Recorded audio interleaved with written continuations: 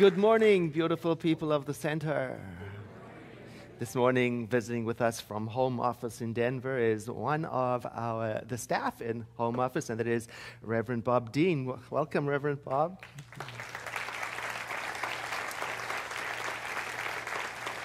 And he's come early because this next week we're going to be filled up with important people, because the ministers of our movement are graduating right here at the center. So on Wednesday evening service is going to be a tremendous mythic proportion event. So please come to the service. So I see you picked up my reference to our new theme. You heard Jennifer say this month our theme's focus is shifting to the power of myth. And the book by the same title is a conversation. It's about a conversation that took place in the mid-1980s between Bill Moyers and Joseph Campbell. And it actually started at George Lucas's Skywalker Ranch. And it turned into a 6-hour PBS series. Some of you may have seen that. So this book is like a companion piece because it's the transcription of the conversation. And a lot of the conversation didn't make it into the series. So it's quite rich to read about. And in it, they're talking about what are myths and what can they do for us.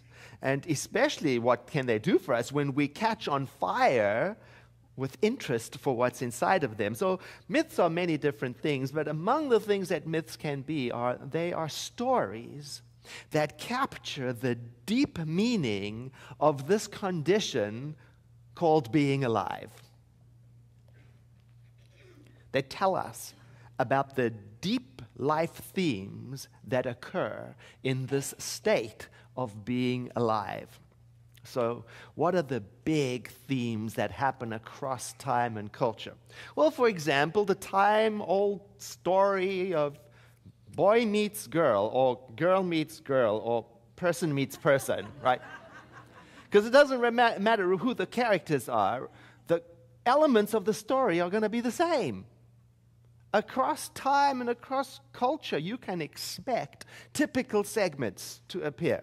For example, there's the attraction, there's the passion, there's the deepening, there's the crisis, there's the betrayal, there's the recovery, right?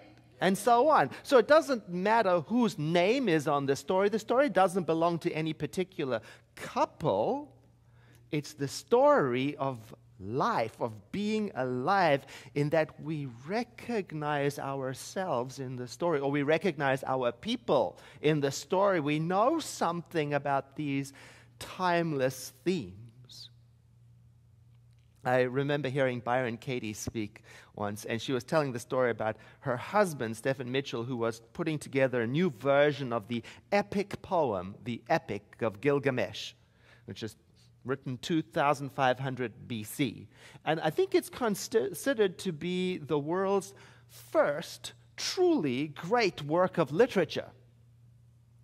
And she tells how her husband was explaining to her what the elements in the story were.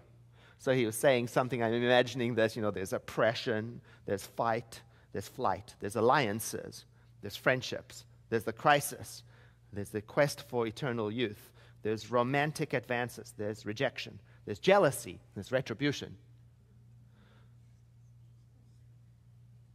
To which Katie responded, so there isn't anything new in it. Right? So 5,000 years later, it's still about who done what to whom. Still. Timeless themes that we add to, and when we look into them, we recognize our path. Yeah, I'm in there. And great stories, great myths, they're great when they take us beyond the details of the names and the places and the time. They take us on the journey inward so we can see ourselves in other people's crises, in other people's resolutions, in other people's survival, in other people's choices. We look into it deeply. So great myths don't necessarily point out turn-by-turn instructions for life. They're not that kind of map. Rather, they lead us into a state of great awe at our shared experience of humanity. I was thinking about, turn-by-turn instructions from the early map programs. You remember when things like MapQuest and Google Maps and all the various different things came out? They weren't always accurate, right? So you couldn't take them literally. And some people did and find themselves turning into a brick wall, right? I remember that. I remember taking some directions from the internet, and it said, and turn off at this exit on the freeway. And there was no exit. And some of the big mythological stories of our time, and many of them come from the world religious traditions, if taken too literally as a map for turn-by-turn instructions, they can lead you into a brick wall. In the first service, they laughed.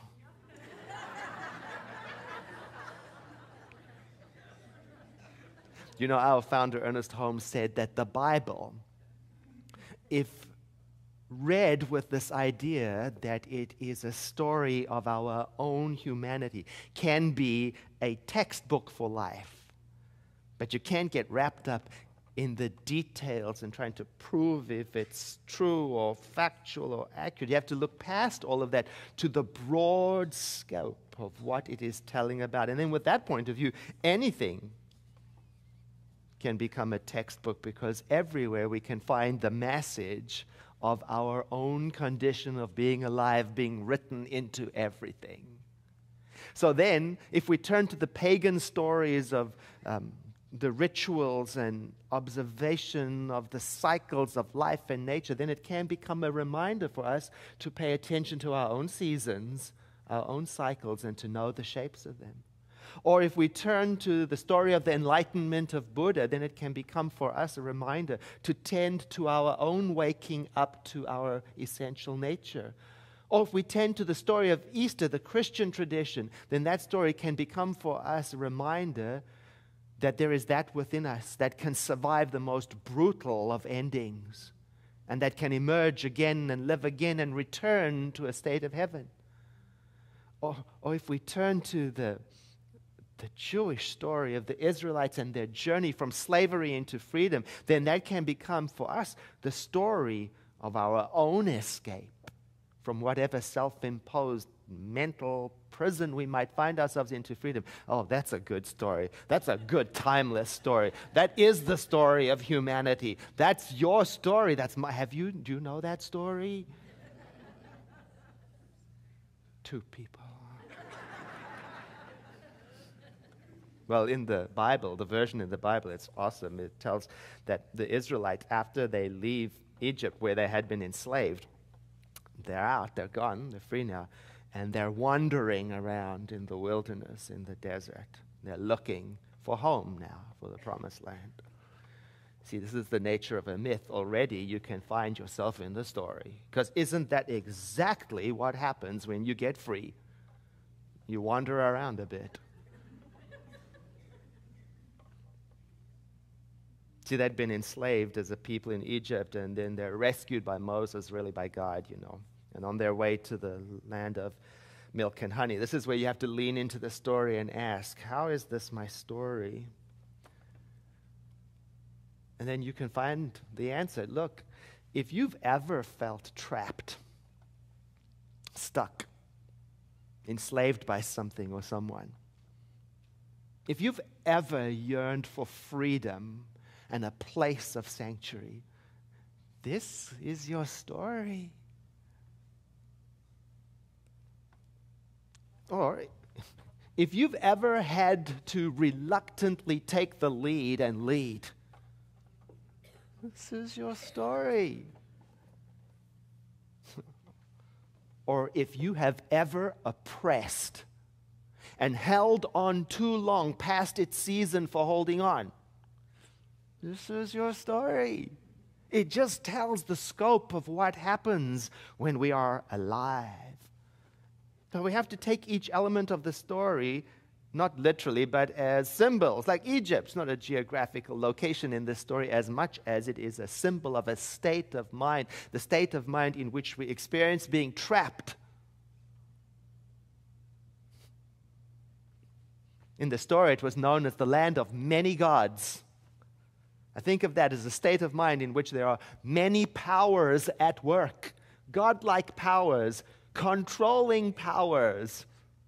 Oh, and when you are in that state of mind, when there are many controlling powers, don't you feel stuck and trapped? What those controlling powers might be changes from story to story and person to person. It's probably something like bad habits, bad relationships, stressed family matters, obsessions, could be substances, could be emergencies, anything. The sort of thing that is controlling and distracts a person from the experience of good. The sort of thing that causes a person to forget that they are free and that they have the ability to choose. That's the land of many gods. And the sensation of living in that land is one of being controlled by events and condition, and you might call that sensation enslavement. You may have lived there once. Has anybody been there?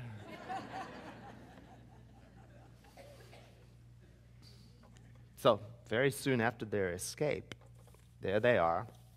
They're wandering through the desert and they're searching for home. And right here is where the story becomes the story of every human being. Because something happens. And it happens to every human being. There they are, they're wandering through the desert. And they begin to doubt. They falter in their faith. You see, this is a good story. Because like every good story, it has to have real people in it, like you and I, people who do what you and I do. And they did what you and I do. They said, we don't see what's going on over here. Can't make sense of this. Not really showing signs of any improvement anywhere. Where's the promised land? What's going on? See, and in this regard, the people of Israel in this story, they represent that part of us that can be very impatient with outcomes. That part of us that doubt that the dream will ever come true. That part that wavers in faith. And then when we're in that frame of mind, don't we get testy and rebellious and reactive, no matter how many signs there are that things are improving? No matter how many signs are pointing to change and improvement. No, it's not enough. No. In fact, you might even go so far as to dismiss it. It's coincident. It's just one small gain. It's not enough. You know, I was talking to a friend of mine once when I was living in that state of mind. I was complaining about everything, and he just looked at me and said to me, "What do you have to complain about?" I went, "Oh, I'm living the myth." You see, because the people in the story are just like that. The Israelites, even when they're in the desert, even when they are without food and without sustenance, bread is literally falling from the sky. Okay, it's a story, okay? It's a myth. Bread is falling from the sky, manna from heaven, and they're going, yes, you know, so what if there's bread falling from the sky?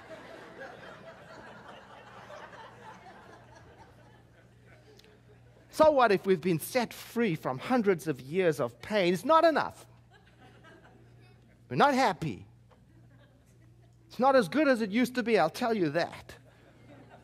You see, there's the story. Here's the theme. The glamorization of the past, accompanied with the steadfast refusal to count present blessings. Do you see yourself in there anywhere?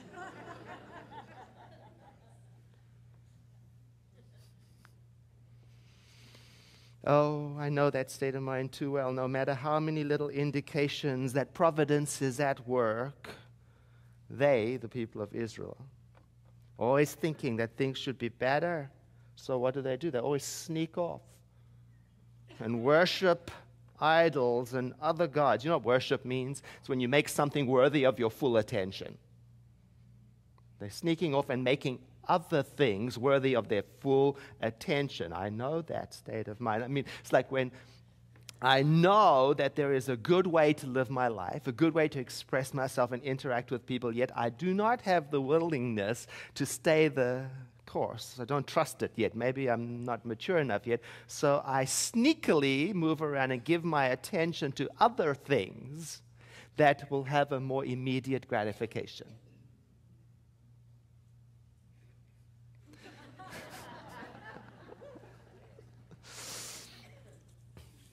Interesting thing about the Israelites in this part of the story, don't you know that while they were in that reactive, willful place, that they didn't go anywhere? They just wandered around and around and around in circles in the desert. See, it's the interesting thing. Now you just put yourself in the story. Don't you know that when I'm in that willful, reactive place, I don't go anywhere? I just go around and around in circles in the desert.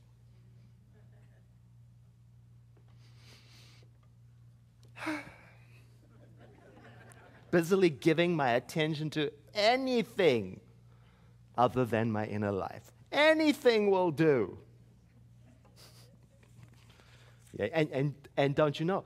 So Moses, I'm skipping ahead in this story because you don't need the whole story.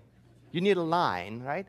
So Moses, he goes to get instruction to help bring order to the process of getting somewhere. He goes to get the 10 Commandments, the guides along the spiritual path. And what do they do with them? See, there you put yourself in the story. I received guidance while on the path. And what did I do with it? Do you see yourself? Oh, the power of myth. And you don't need all the commandments. Let's just take the first 2 that came down from the mountain. Thou shalt not have any gods before me. Thou shalt not have any graven images. And if you do, it just happens to be the way of things that you will cause trouble. And that is not because I'm a punishing or angry God. That's just because whatever you put in first place in your life will dominate the scene of your consciousness. It's just a natural law being explained. Oh. So any idea, any fact, any story, any person, any outcome to which you give the power of your focused awareness ends up controlling your mind and your actions. And you might call that a graven image. Graven means carved, copied. It's not the actual thing, it just looks like it. It's not actually God. It just looks like it. It's not actually freedom. It just looks like it. You know, a friend of mine said to me the other day, listen, it's really easy to put the truth in first place in your life during good times. It's when things are going bad that it's much harder to do that. When things get bad and crazy, then it's much easier to give first place to something you can see and touch and hold than to some mysterious and invisible idea. Because, you know, when things are bad, then a person is warmer to cuddle up to than a principle. A little substance create the mood quicker than a prayer will. A little trinket purchased make you feel safer than any philosophy. And that's actually what happened in the story. To get back to the story, that's what happened to the story. While he's up on the mountain, he's receiving the instructions, the natural laws for staying on the path. And they started to get nervous. It's not happening fast enough. They're saying, what's going on? This is taking too long. Where is he? Maybe he won't come back. Maybe we will perish. This isn't okay. See, they stopped remembering that they had been enslaved. And they said, we need to go back. We need a God we can see. We need a God we can touch. So they melted down all of their jewelry and they made a calf to worship, because that was the way of the ancient cultures, an image of fertility or something. A powerful image. It was the old way. It hadn't worked for them before, but they were going back.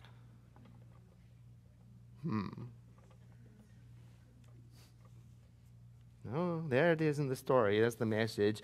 In times of difficulty, it's easy to revert to an old way. It may not have worked before, but at least it will be comfortable. You will know what to expect, and that is nothing much.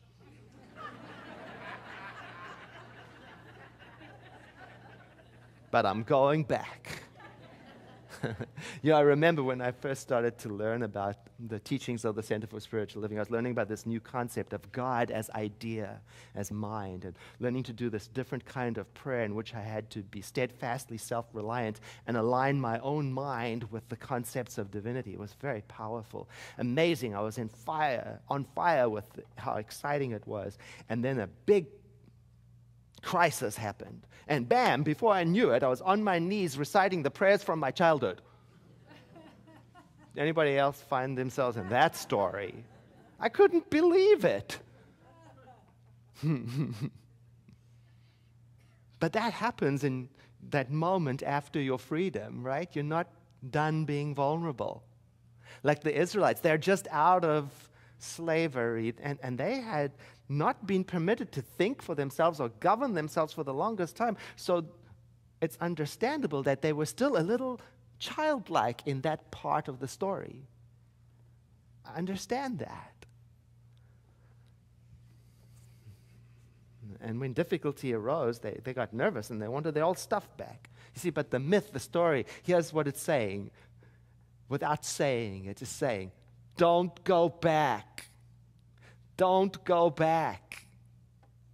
Across the ages and across cultures and across time, all of our ancestors and everybody's saying, don't go back.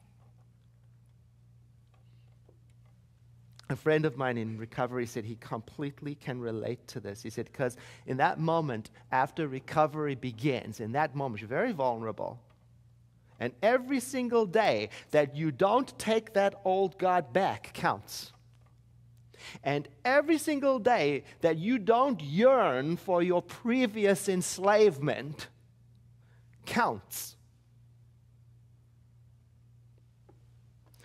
Great metaphysical writer Erwin Seal says, whatever moves you to action or inhibits your action is to you a God. Whatever you believe in to the point of being affected by it is a God to you.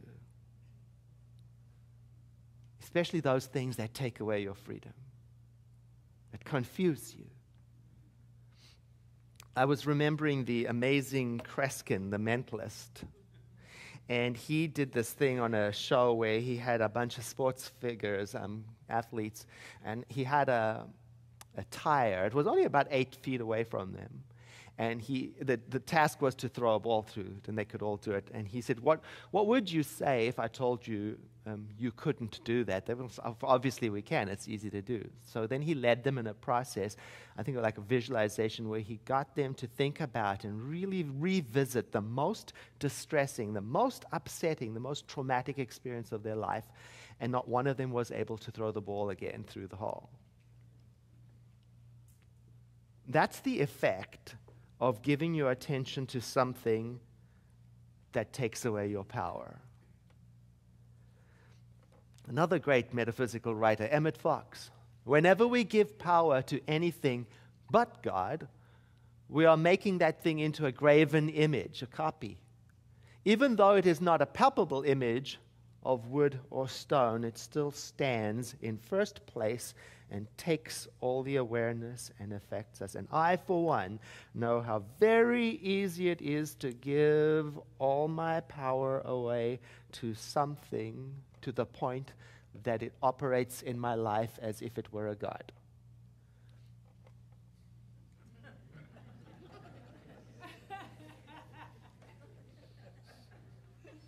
I mean, it can be simple things, right? Like I remember the first time I bought a house. I couldn't afford it. So I worried about it. Have you heard that phrase, God is all there is? Well, for me, it was house is all there is. It demanded all my attention. It demanded all my resources. I lost perspective because it loomed so big. It caused me to develop wrong priorities, and it affected everything. Everything. because I was worshiping, making worthy of my full attention something wasn't the thing. But it can be other things too. Like this is very similar to the first time I fell in love. And the second time. And the third time.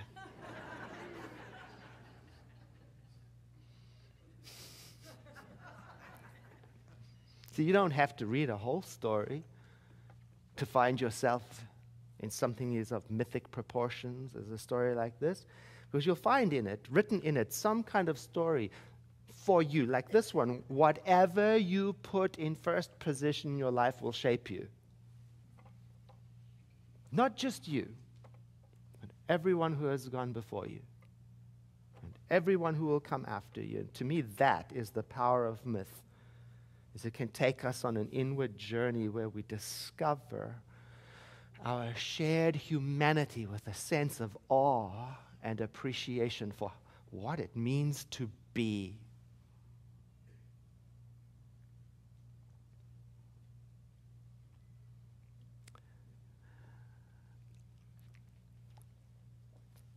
In the book, Bill Moyers asks Campbell, do you remember the first time you discovered myth? When did story first come alive for you? And he answers, I was brought up as a Roman Catholic. Now, one of the great advantages of being brought up a Roman Catholic is that you are taught to take myth seriously and let it operate on your life and to live in terms of these mythic motives. I was brought up in terms of the seasonal relationships to the cycle of Christ's coming into the world, teaching in the world, dying, resurrecting, and returning to heaven. These ceremonies all through the year keep one's mind in an eternal sense of the change of divinity. And then I fell in love with American Indians because Buffalo Bill used to come to Madison Square Garden every year with his marvelous Wild West show. And I wanted to know more about Indians. So my father and mother, being very generous parents, found what books were being written for boys about Indians at that time. So I began to read American Indian myths, and it wasn't long before I found the same motives in the American Indian stories that I was being taught by the nuns at school. See, that's the power of myth. And to me, it's the invitation to look into the world, to discover past the details, past the competing pairs of opposites, the rights and the wrongs, past that into the eternal motives of what it means to be alive. Ah, so beautiful. Let us pray. As you breathe in with me to signal this moment of inward contemplation, we each of us in our own way acknowledge and recognize that something which is the source of all being, which is both the creator and the creation, the ground of being, the mind out of which everything is created. It is eternal in every time. It is everywhere present in every place. So even this word of prayer that we are speaking takes place within that mind. And so the great affirmation rising up from this awareness is that each one of us, I, you, all of us, have within us the capacity to choose what will be in first place in our lives. And in this way, we take our stand among the community of beings, contributing to that great tapestry that is called life. We feel the support of the stories of everyone who has gone before us, and we sense the awesome responsibility of contributing to the lives of all those who are to come. In deepest gratitude for this awareness, we release this word of prayer into the law of mind, and we let it be established. In other words, we live now as if this is so, and so it is.